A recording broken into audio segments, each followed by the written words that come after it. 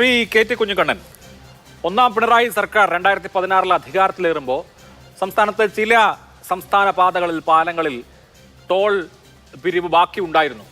ഇപ്പോൾ തൃപ്പൂണിത്തുറ ഒരു ഉദാഹരണമാണ്. എം സ്വരാജ് തൃപ്പൂണിത്തുറയുടെ MLA ആയി തിരഞ്ഞെടുക്കപ്പെടുന്നു. ഒരു വർഷത്തിനുള്ളിൽ തന്നെ ഈ പറഞ്ഞ സംസ്ഥാന പാതകളിലെ ടോൾ പിരിവ് പൂർണ്ണമായും അവസാനിപ്പിക്കുന്നു. എനിക്ക് ഓർമ്മയുണ്ട്, തൃപ്പൂണിത്തുറ മിനി ബൈപ്പാസിലെ ടോൾ പിരിവ് അടക്കം അവസാനിപ്പിക്കുന്നു. ഞങ്ങളുടെ സർക്കാർ, ഇത് പിണറായി വിജയന്റെ സർക്കാർ, സംസ്ഥാനത്തെ എല്ലാ പാതകളിലുമുള്ള സംസ്ഥാനത്തെ ടോൾ പിരിവ് അവസാനിപ്പിച്ചിരിക്കുന്നു. രാഷ്ട്രീയ പ്രഖ്യാപനമാണ്. ഇതാണ് ഞങ്ങളുടെ രാഷ്ട്രീയം, ഞങ്ങളിത് ഡെലിവറി ചെയ്ത് കാണിച്ചിരിക്കുന്നു എന്ന് ഒന്നാം പിണറായി സർക്കാർ പ്രഖ്യാപിച്ചതാണ്. ആ മോഡൽ പറ്റുന്നില്ല. രണ്ടാം പിണറായി സർക്കാർ ആകുമ്പോൾ അന്ന് സംസ്ഥാന പാതകളിൽ യാതൊരു തരത്തിലുള്ള ടോളും വേണ്ട എന്ന് തീരുമാനിച്ചത് നടപ്പാക്കാൻ പറ്റാത്ത അവസ്ഥയാണ്. പരാജയപ്പെട്ടിരിക്കുന്നു എന്ന് സമ്മതിക്കണ്ടേ? സ്വാഭാവികമായും. അഭിലാഷേ, ഞാൻ അതിലേക്ക് വരുന്നതിന് മുമ്പ് ഇവിടെ നൗഷാദ് അലിയും BJPയുടെ പ്രതിനിധിയും പറഞ്ഞ കാര്യങ്ങളൊന്ന് സൂചിപ്പിച്ച് പോകേണ്ടതുണ്ട്. 1991 ശേഷം 92, 93 കാലത്താണെന്ന് എൻ്റെ ഓർമ്മ, നാഷണൽ ഹൈവേ അതോറിറ്റി നിയമത്തിൽ അമെൻമെൻ്റ് ഉണ്ടാകുന്നത് കോൺഗ്രസ് സർക്കാരാണ് കൊണ്ടുവന്നത്. അന്ന് പാർലമെൻറ്റ് ഞങ്ങളോടൊപ്പം നിന്ന് അതിനെ എതിർത്തവരാണ് BJPക്കാർ. അതായത് നാഷണൽ ഹൈവേ ബൂട്ടടിസ്ഥാനത്തിൽ ബിൽഡ്, ഓപ്പറേറ്റ്, ട്രാൻസ്ഫർ എന്ന വ്യവസ്ഥയിൽ നാഷണൽ ഹൈവേ സ്വകാര്യവൽക്കരിക്കാനുള്ള, അതിന് ടോളുകൾ ഏർപ്പെടുത്താനുള്ള ഈ നിയമത്തിലെ മാറ്റത്തെ BJPക്കാരും അന്ന് പാർലമെൻറ്റ് എതിർത്തിട്ടുണ്ട്. പക്ഷേ BJP അധികാരത്തിൽ വരുമ്പോഴേക്ക് എന്താണ്, കോൺഗ്രസ് കൊണ്ടുവന്ന ഈ ലിബറലൈസേഷൻ നാഷണൽ ഹൈവേ അതോറിറ്റി നിയമം അവരേറ്റവും തീവ്രഗതിയിൽ നടപ്പാക്കുകയാണ് ചെയ്തത്. അവരവൻ്റെ ഏറ്റവും വലിയ വക്താക്കളാവുകയാണ് ചെയ്തത്. നമ്മൾ മനസ്സിലാക്കേണ്ടത്, ഒരു കേന്ദ്രീകൃത ഭരണ വ്യവസ്ഥക്കകത്ത് നമ്മുടേതുപോലുള്ള രാജ്യത്ത് കേന്ദ്ര ഭരണാധികാരം കൈയാളുന്നവരിലാണ് ഈ ഗ്ലോബലൈസേഷൻ്റെ ഭാഗമായിട്ട് നികുതി വരുമാനത്തിൻ്റെ മഹാഭൂരിപക്ഷവും കേന്ദ്രീകരിക്കുന്നത്. ആ പണം മുഴുവൻ എന്താ ചെയ്യുന്നത്? നമ്മളിവിടെ പെട്രോൾ സെസ്, പെട്രോൾ നികുതി, ഇതെല്ലാം തന്നെ കേന്ദ്ര സർക്കാരിൻ്റെ കയ്യിലേക്ക് പോകുമ്പോൾ കേന്ദ്ര സർക്കാർ ഇതെന്താണ് ചെയ്യുന്നത്? ഈ രാജ്യത്ത് പൊതുമേഖലാ ബാങ്കുകളിൽ നിന്ന് കടമെടുത്ത് ബാങ്കുകളെ പറ്റിച്ച് മുങ്ങി നടക്കുന്ന കുത്തക കുടുംബങ്ങളുടെ കടമെഴുതി തള്ളുന്നത് ഉൾപ്പെടെയുള്ള കാര്യങ്ങൾ ചെയ്യുന്നത് എന്തുപയോഗിച്ചിട്ടാണ്? ഈ രാജ്യത്ത് ജനങ്ങൾക്ക് എന്തെങ്കിലും സേവന പ്രവർത്തനങ്ങൾ, ക്ഷേമ പ്രവർത്തനങ്ങൾ നടത്താൻ വേണ്ടിയാണോ കേന്ദ്ര വരുമാനത്തിൻ്റെ വലിയ ഭാഗം ചെലവാക്കുന്നത്? ഈ നിർമ്മലാ സീതാരാമൻ ഏറ്റവും ഒടുവിൽ അവതരിപ്പിച്ച ബജറ്റ് നോക്കൂ. ഏത് മേഖലയിലാണ് നിക്ഷേപമുള്ളത്?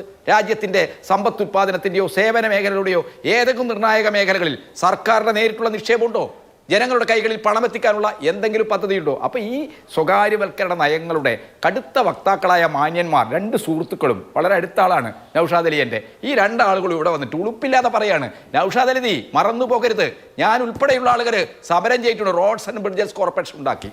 നിങ്ങൾ ഈ സംസ്ഥാനത്ത് റോഡുകൾക്കും പാലങ്ങൾക്കും ടാക്സ് പിരിക്കാൻ തീരുമാനിച്ചു, ടോൾ പിരിക്കാൻ തീരുമാനിച്ചു. ഇന്നും കേരളത്തിലെ പഞ്ചായത്തുകളെയും ബന്ധിപ്പിക്കുന്ന റോഡ്സ് ആൻഡ് ബ്രിഡ്ജസ് കോർപ്പറേഷൻ്റെ പല പാലങ്ങൾക്കും എന്തുണ്ട്? ഈ ടോൾ ചുങ്കം പിരിവുണ്ട്. നൗഷാദ് അലി ഏത് ലോകത്താണ് ജീവിക്കുന്നത്? മലപ്പുറത്തല്ലേ? എത്ര പാലങ്ങളെ ഇതൊക്കെ ഇല്ലാതാക്കാൻ, ഇതൊക്കെ നിർത്താൻ പിണറായി വിജയൻ സർക്കാരാണ് പറഞ്ഞത്. പക്ഷെ പിണറായി വിജയൻ സർക്കാർ, കേരളത്തിലെ ഇടതുപക്ഷം നേരിടുന്ന ഒരു പ്രതിസന്ധി എന്താണ്? ഈ കേന്ദ്ര ഭരണ ഇതിനകത്ത് നിന്നുകൊണ്ടാണ് നിയോ ലിബറലിസത്തിനെതിരായിട്ട് കേരളത്തിൻ്റെ ഒരു ബദൽ നയം മുന്നോട്ട് വെച്ചത്. ആ ബദൽ നയം നടപ്പാക്കുമ്പോൾ ക്ഷേമോന്മുഖമായ പ്രവർത്തനങ്ങൾക്ക് ഇവിടെ അഭിലാഷ് ചോദിച്ചില്ലേ നൗഷാദ് അലിയോട്, കേരളത്തിൻ്റെ റവന്യൂ വരുമാനത്തിൻ്റെ 64% ശമ്പളവും പെൻഷനും. അത് എന്ന് പറഞ്ഞാൽ എന്താണ്? കേരളത്തിൻ്റെ അതിശക്തമായ ഒരു ക്ഷേമരാഷ്ട്രഘടനയുണ്ട്. ആരോഗ്യ വിദ്യാഭ്യാസ മേഖല, ആരോഗ്യ വിദ്യാഭ്യാസ മേഖലയിൽ പ്രവർത്തിക്കുന്ന ആളുകൾക്ക് ശമ്പളം കൊടുക്കാനാണ് കേരളത്തിൻ്റെ റവന്യൂ വരുമാനത്തിൻ്റെ വലിയ ഭാഗം ചിലവാക്കേണ്ടി വരുന്നത്. അതെന്താണ്? ഇവിടുത്തെ വെൽഫെയർ സ്റ്റേറ്റ് സ്ട്രക്ചറുമായി ബന്ധപ്പെട്ട് നിൽക്കുന്നതാണ്. ആ വെൽഫെയർ സ്റ്റേറ്റ് സ്ട്രക്ചർ ഇന്ത്യയിലെ മറ്റൊരു സംസ്ഥാനത്തിനുമില്ല. സംസ്ഥാന സർക്കാരിൻ്റെ കൈകളിലേക്ക് വരുന്ന പണം ചികിത്സയായി, വിദ്യാഭ്യാസമായി, ഏറ്റവും ഉയർന്ന സൗകര്യം വിദ്യാർത്ഥികൾക്കും രോഗികൾക്കൊക്കെ ഉണ്ടാക്കി കൊടുക്കുന്ന ഒരു സംസ്ഥാനമാണ് കേരളം. ഈ കാര്യത്തിലൊന്നും ആർക്കും ഒന്നും മറച്ചു വെക്കാനാവില്ല. കോവിഡിൻ്റെ നാളുകളിൽ നമ്മൾ കണ്ടതാണ്. ഈ ഡൽഹിയിലൊക്കെ തന്നെ ആയിരങ്ങൾ ഈ വെന്റിലേറ്റർ സൗകര്യമില്ലാതെ, പ്രാണവായു കിട്ടാതെ പിടഞ്ഞു മരിച്ചപ്പോൾ കേരളത്തിൽ അങ്ങനെ ഒരു സാഹചര്യം ഉണ്ടായില്ല എന്നുള്ള കാര്യം നമുക്കെല്ലാവർക്കും അറിയാവുന്നതാണ്. നമ്മളെല്ലാം ശ്വാസം അടക്കി പിടിച്ച് സാക്ഷികളായ കാര്യമാണ്. ഓരോ ഇന്ത്യൻ നഗരങ്ങളിൽ നിന്നും എന്തായിരുന്നു നമുക്ക് കേരളത്തിന്റെ സാമൂഹ്യ പുരോഗതി. ശ്രീ കെ ടി കുഞ്ഞിക്കണ്ണൻ, ഒരു രാത്രി വെളുത്തപ്പോൾ ഉണ്ടായതല്ല. പരമ്പരാഗതമായി തന്നെ കേരളം മനുഷ്യ വിഭവ സൂചികയിൽ മുമ്പിൽ നിൽക്കുകയാണ്. നമ്മുടെ ഹ്യൂമൻ റിസോഴ്സസും നല്ല സാമൂഹ്യ സാഹചര്യവും നമ്മുടെ ഒരു മേന്മയും അസറ്റുമാണ്. ഒക്കെ ശരിയാണ്.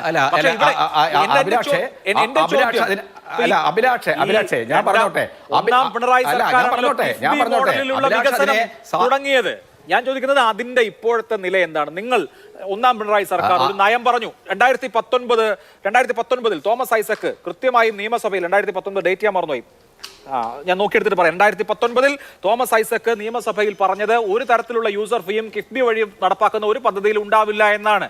അത് പിരിക്കേണ്ടി വന്നു. ഞങ്ങൾ സംസ്ഥാന റോഡിൽ ടോൾ പിരിക്കില്ല എന്നുള്ളത് ഇടതുപക്ഷ സർക്കാരിന്റെ നയവും പ്രഖ്യാപനവും നേട്ടവുമായി ആഘോഷിച്ചിരുന്നു ഒന്നാം പിണറായി സർക്കാരിന്റെ കാലത്ത്. അപ്പോൾ ഈ പറഞ്ഞ ആഘോഷങ്ങളുടെ ഒക്കെ ശീർഷാസന കാഴ്ച നമ്മൾ രണ്ടാം പിണറായി സർക്കാരിന്റെ അവസാനത്തിൽ കാണുമ്പോൾ ഞങ്ങൾ തിരുത്തുകയാണ് എന്നെങ്കിലും ഏറ്റവും കുറഞ്ഞത് പറയേണ്ടി വരില്ലേ? കുനിഞ്ഞു പോട്ടെ.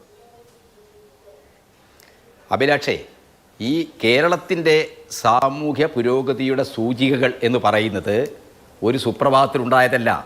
കിഫ്ബി പോലെ തന്നെ ബൃഹത്തായ ചില സംവിധാനങ്ങൾ ഈ സംസ്ഥാനത്ത് ഇടതുപക്ഷം ഉണ്ടാക്കിയിട്ടുണ്ട്, കമ്മ്യൂണിസ്റ്റുകാർ ഉണ്ടാക്കിയിട്ടുണ്ട്. ഭൂപരിഷ്കരണം ഉൾപ്പെടെയുള്ള നിയമങ്ങൾ ഇന്ത്യയിൽ ഏതെങ്കിലും മറ്റ് സംസ്ഥാനങ്ങൾ നടപ്പാക്കിയിട്ടുണ്ടോ?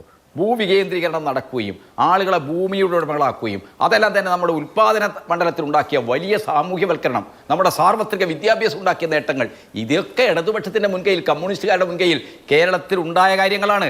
ഇതിനെയെല്ലാം അധികാരം കിട്ടിയ എല്ലാ അവസരങ്ങളിലും അട്ടിമറിക്കാൻ ശ്രമിച്ചവരാണ് ഇവിടുത്തെ വലതുപക്ഷത്തിൻ്റെ ഒരു രൂപമായിരിക്കുന്ന കോൺഗ്രസ് പാർട്ടിയും UDF-ഉം എന്ന് നമുക്കറിയാം. 1991 ഇവിടെ കെ കരുണാകരൻ മുഖ്യമന്ത്രിയായിരിക്കും. അന്നത്തെ പ്ലാനിംഗ് ബോർഡിൻ്റെ വൈസ് ചെയർമാനായിരുന്ന ഡോക്ടർ V രാമചന്ദ്രനെ ചെലവ് ചുരുക്കുന്നതുമായി ബന്ധപ്പെട്ട ഒരു റിസോഴ്സസ് കമ്മീഷൻ നിയോഗിച്ചിരുന്നു. Doctor V Ramachandran commission report എന്താ വന്നത്? എൻ്റെ കയ്യിൽ ഇപ്പോഴും ആ റിപ്പോർട്ടുണ്ട്.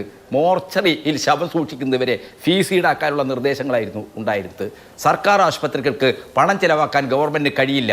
സർക്കാർ ആശുപത്രികളെല്ലാം എന്താണ്, കോസ്റ്റ് റിക്കവറി സ്കീമിലേക്ക് പോകണം. നമ്മളതിനെ പ്രതിരോധിച്ച് മുന്നോട്ട് പോകാൻ ശ്രമിച്ചിട്ടുണ്ട്. അപ്പോഴും എന്താണ്, കേന്ദ്ര നയങ്ങൾ ഉണ്ടാക്കുന്ന ഒരുപാട് വൈഷമ്യങ്ങളുണ്ട്. അത്തരമൊരു വൈഷമ്യമാണ് ഇന്ന് കിഫ്ബി നേരിടുന്നത്. അതിനെ എങ്ങനെ അതിജീവിക്കാം? കിഫ്ബിക്ക് എങ്ങനെ സ്വതന്ത്രമായ ഒരു വരുമാന ഉൽപ്പാദന സംവിധാനം ഉണ്ടാക്കാം? ഇതാണിപ്പോൾ ആലോചിക്കുന്നത്. ഇത് ആലോചനയിൽ മാത്രമാണ്. ഇതങ്ങ് തീരുമാനിച്ച് നടപ്പാക്കിയെന്നൊന്നും ഈ ചർച്ചയിൽ അഭിലാഷ് സ്ഥാപിക്കരുത് ദയവ് ചെയ്തിട്ട്. സർക്കാരിൻ്റെ ഒരു ആലോചന, ഇതൊരു സാധ്യതയാണ്. ആ സാധ്യത എന്താണ്? ഇതിനെ തകർക്കരുത്, ഇതിനെ നിലനിർത്തണം, ഇതിനെ മുന്നോട്ട് കൊണ്ടുപോകണം. കേന്ദ്രത്തിന്റെ നിഷേധാത്മക സമീപനങ്ങളെ എങ്ങനെ പ്രതിരോധിക്കാമെന്ന ആലോചനയിലാണ് ഇപ്പോ മുഖ്യമന്ത്രി തന്നെ പ്രപ്പോസ് ചെയ്തതാണ് ഇടതുമുന്നണിയിൽ. അത് നടപ്പാവാനുള്ള സാധ്യതയാണ് വളരെ കൂടുതൽ. താമസം വിനാ തന്നെ ഈ കാര്യം നടപ്പാവുമെന്ന ഉറച്ച വിശ്വാസമാണ് എന്നെ സംബന്ധിച്ചുള്ളത്. അതൊരു ആലോചനയാണ്, അതൊരു ആലോചനയായിട്ട് വന്നിട്ടുണ്ട്. അത് തീരുമാനമാവട്ടെ, അപ്പോൾ നമുക്ക് ചർച്ച ചെയ്യാം. അത് ശരി. ഇപ്പൊ അതൊരു ആലോചനയാണ്, ഒരു പ്രപ്പോസലാണ്.